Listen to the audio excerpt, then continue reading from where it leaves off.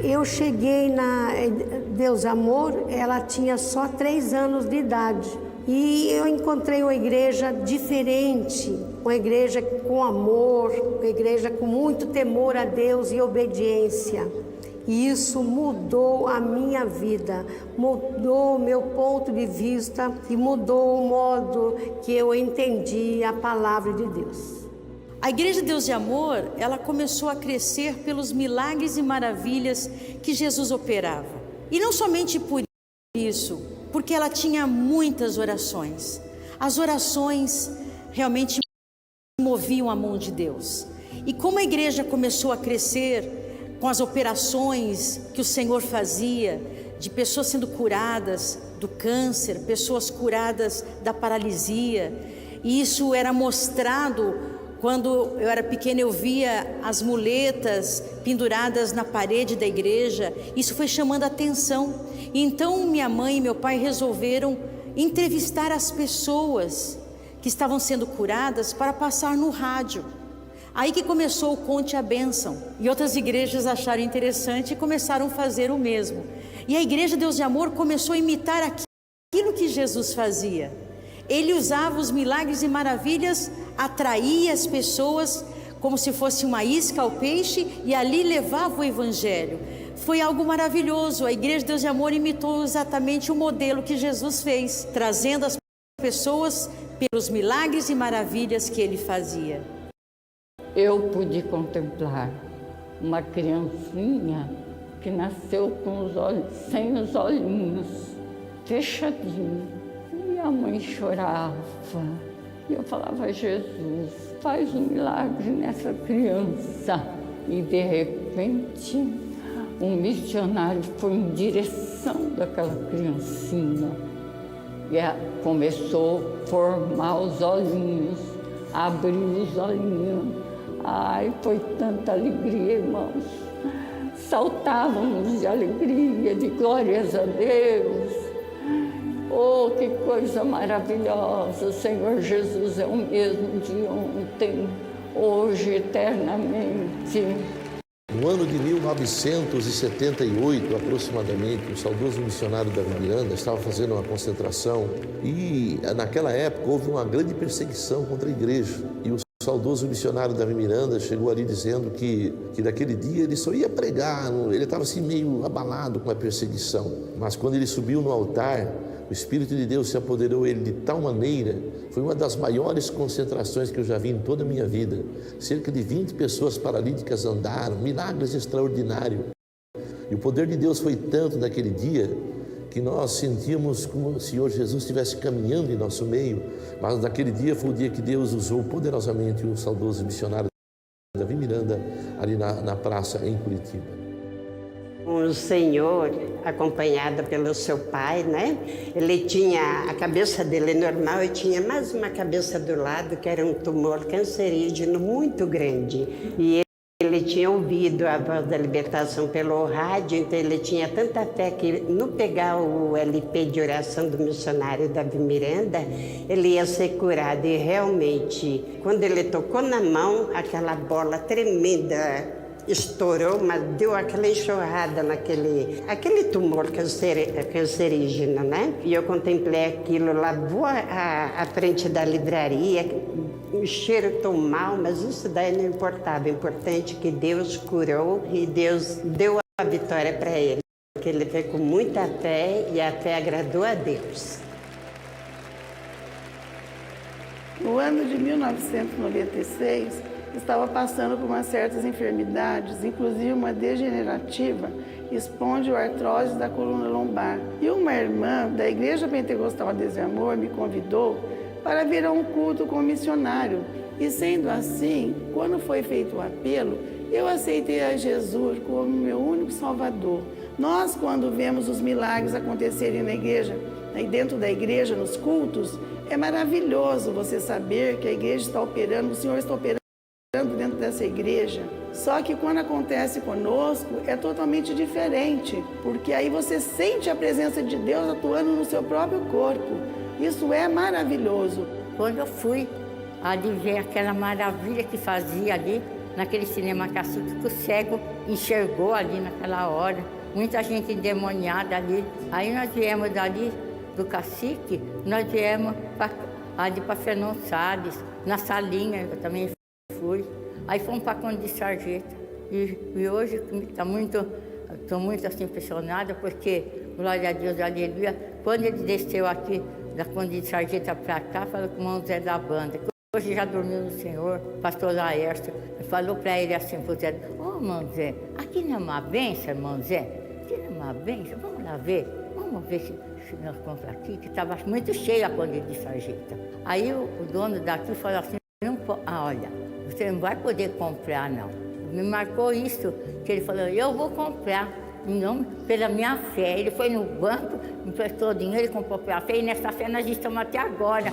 Jesus convida para com ele viajar, é uma viagem que eu não posso rejeitar.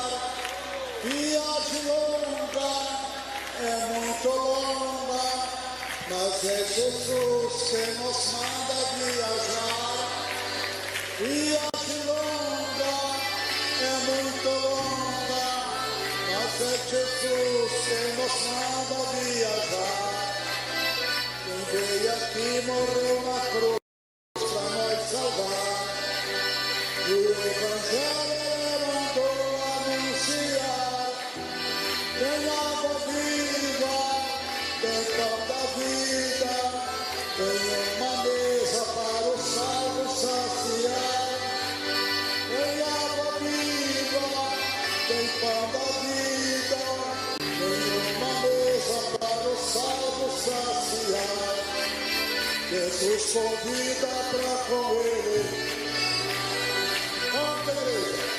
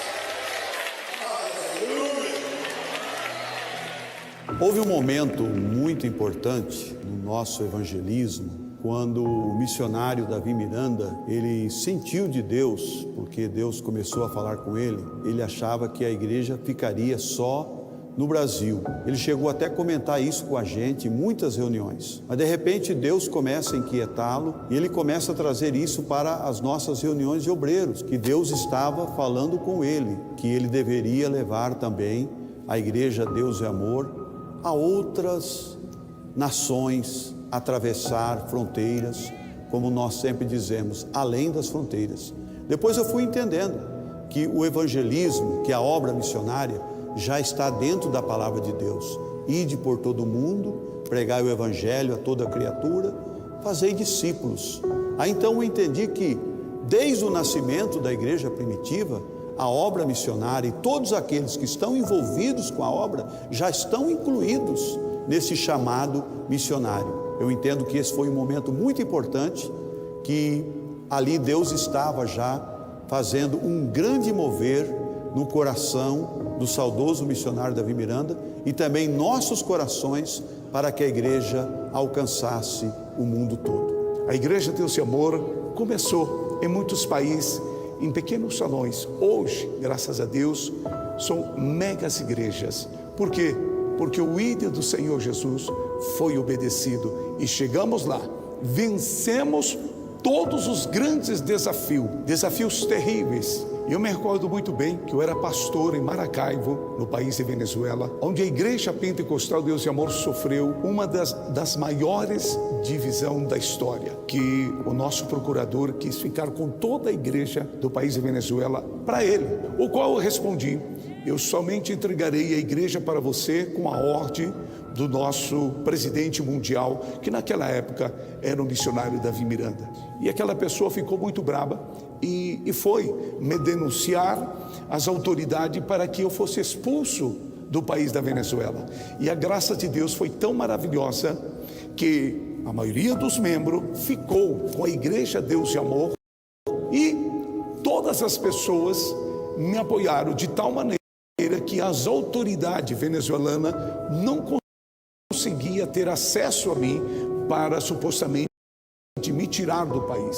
Sempre quando nós encontrava desafio no nosso coração, a gente tinha uma convicção que no Brasil havia milhares de pessoas que estavam de joelhos dobrados, clamando a Deus por nós. E ali vencemos, inauguramos muitas igrejas Deus e Amor, de tal maneira que hoje já estamos nos 5 continentes com a Igreja Pentecostal Deus e Amor.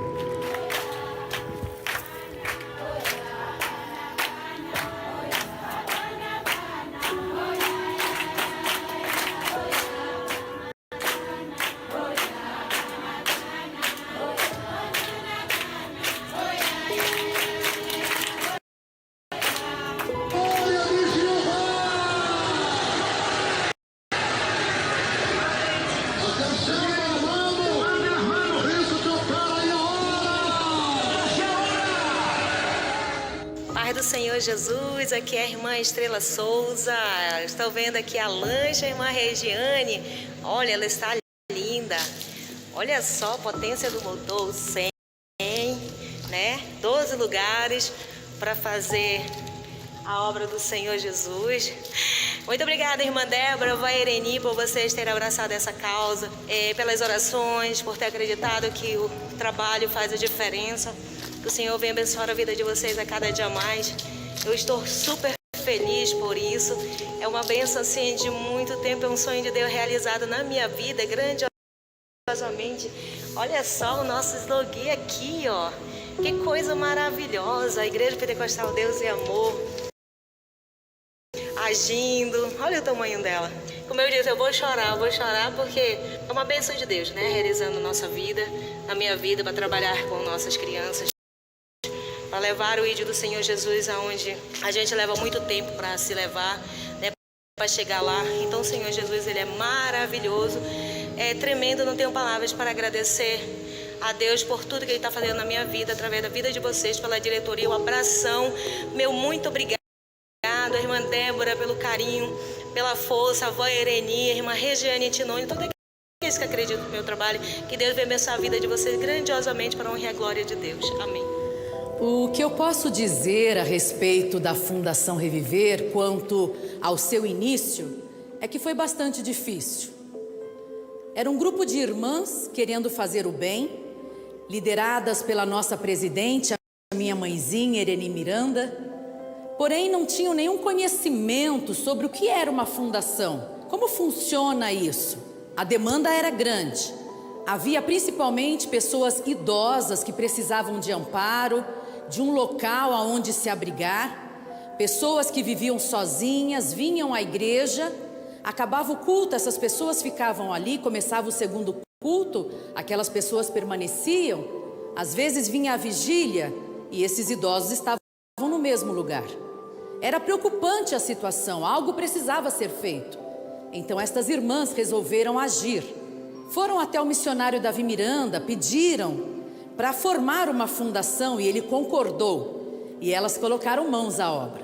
Foi muito difícil, porque não tinham conhecimento, não sabiam nem por onde começar. Mas graças a Deus, o Senhor sempre conduz tudo da melhor maneira possível.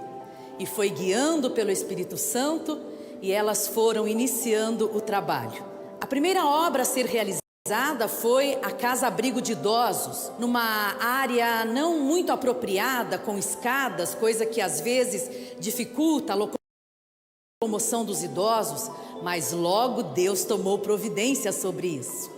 A segunda grande atividade foi a creche Arco-Íris, aonde abrigamos e atendemos crianças em situação de grande vulnerabilidade social. Ademais disso, são crianças que realmente correm risco de vida, porque os seus responsáveis, ou o pai ou a mãe, geralmente são pessoas viciadas em drogas, remédios ilícitos, e as crianças, por tabela, acabam sofrendo as consequências dessa atitude dos seus responsáveis. Mas ali, na creche Arco-Íris, essas crianças são cuidadas com todo carinho, com toda atenção e recebem muito amor, como de fato toda criança deve receber. A Fundação Reviver hoje é enorme, gigantesca, tem atividades em todo o Brasil. O começo foi difícil, mas o nosso Senhor sempre esteve conosco. No dia 10 de junho do ano de 2012, foi realizada a passeata em comemoração aos 50 anos de fundação da Igreja Pentecostal Deus é Amor, e foi muito impactante porque percebemos a união do povo de Deus, a alegria, a nostalgia. Era como se fosse um dia de agradecimento a Deus. Eu vi aquele momento, pessoas sendo impactadas, emocionadas, pessoas que choravam, relembrando desde o início da história. E para mim também foi muito impactante por isso. Milhares de discípulos lotaram o velório do missionário Davi Miranda, que morreu aos 79 anos na noite de sábado, vítima de um infarto. Entre palmas e agradecimentos a Deus, o que também chamava atenção era a passagem de 2 Timóteo 4:7. No falecimento do missionário Davi Miranda, meu sogro, é claro que eu tive temor, como a maioria das pessoas teve, o temor de que a Igreja Pentecostal Deus é Amor não pudesse sobreviver a semelhante desastre. Foi um desastre, meus irmãos, foi um desastre mesmo, mas ele deixou um legado que foi agarrado por muitos, incluindo eu, meu filho, e a igreja prossegue.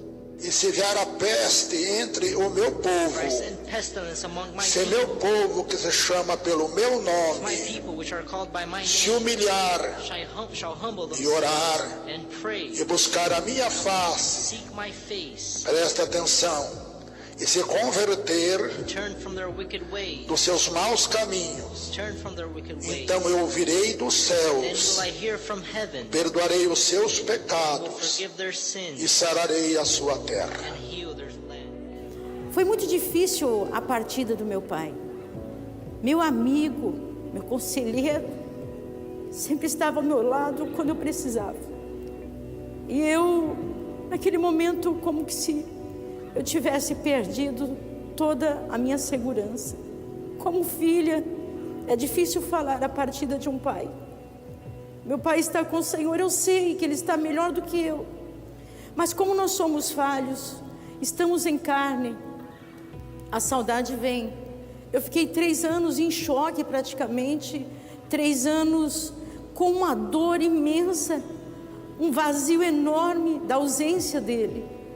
Depois aquela dor foi passando e só ficou a saudade.